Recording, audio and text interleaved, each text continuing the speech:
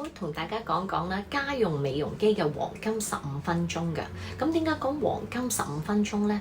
咁就係一個真實嘅個案。前幾日有個朋友同我講啊，佢話我呢一個星期呢，我就用2次嘅美容機，但我發覺效果都係一般嘅。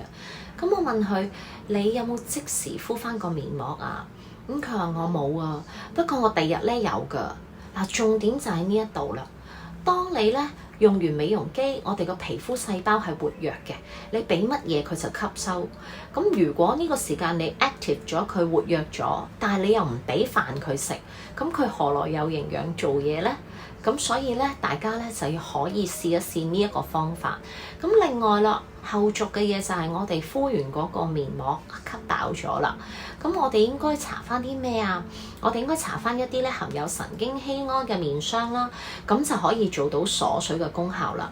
大家可以試下。我係 Helen，18年嘅科研美容經驗。